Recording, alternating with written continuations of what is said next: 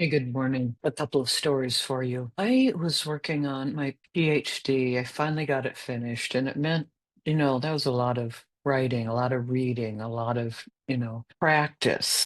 A lot of, in the old days, getting a transcript of audio recordings of therapy sessions, which were not done the way they are today. That would have been cool. But we had to do them like with a little, little cassette tapes and put in the little um, playback machines. What were those called? I don't remember. And you'd hit it, and then you'd be typing, and it'd stop so you could catch. I mean, it was arduous. Anyway, that's the background for this story. Because when I got done, I was at a bar talking with a friend of mine that I hadn't. Well, a guy I'd known my whole life and hadn't seen him for years, and we're just like, sharing what we were up to. And one of the things I will never forget this. One of the things that he said in that conversation as we're eating our cheeseburgers or whatever was that he thought reading was basically a waste of time, and so was writing. And he wasn't quite sure about even if practice made a difference. And I'm sitting there like, it's all I've done for 9 years or however long it had been by then. I'm longer because, 1974 to 1991, whatever that amount of time is. Um, so I did sit there and try to like, convince him of the, and it's like, and you might think, well, this is, somebody who's like dull. No, not dull at all. Very bright, went to college, went into the military, worked for military intelligence. None of this is sounding like why in the world would he ever come up with the idea of, because, people in the military take courses. It's considered not such a bad place to get an education. And when some things, maybe not the broad, like liberal arts kind of education, but, there's a lot of learning that goes on there.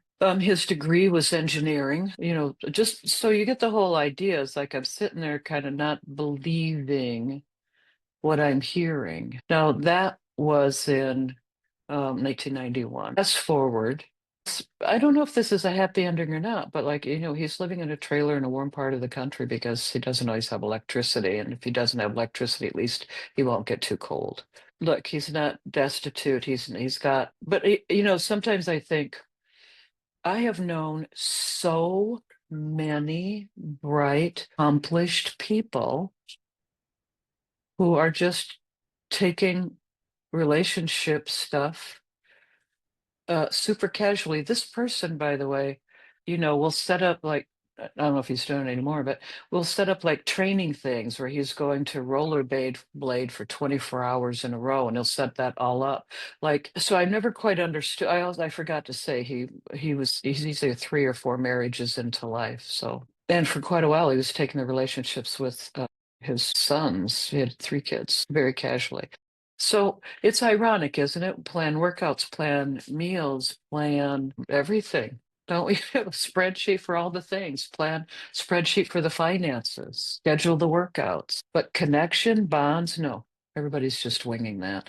And that's ironic to me because if you look at the solution to almost all problems, if you know to look for this, you will see that problems get solved when there's a bond, and then the solutions are like built atop that. You have no bond, you can come up with genius solutions. They don't go anywhere. They don't go anywhere. Ronald Reagan was considered a great president, whether you believe that or not. He was great at relationships, and that went somewhere.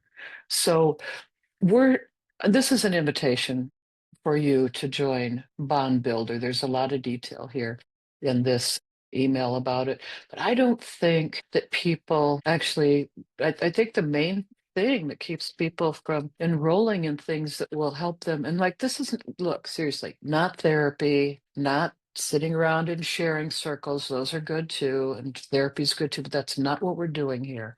You are, there are three, not, there are more than that, but three of the foundational psychological underpinnings to relationship, cultivation, creation, extension, all of that.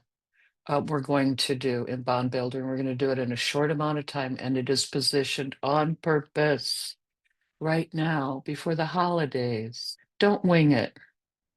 Don't wing it.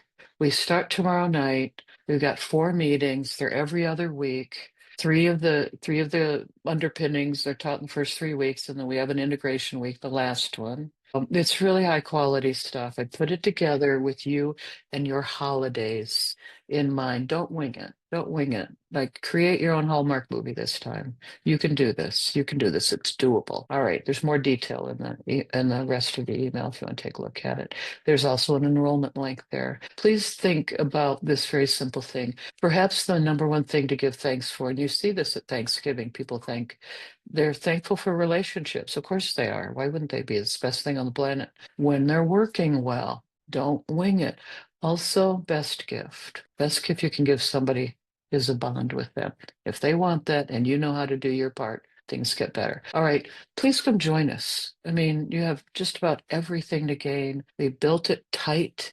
It's high quality. It's going to feel longer than 4 meetings, because it's going to be so good for you. It's going to be so good for you. All right. And for anybody that you want to focus on, it's going to be good for all of you. All right. See you soon.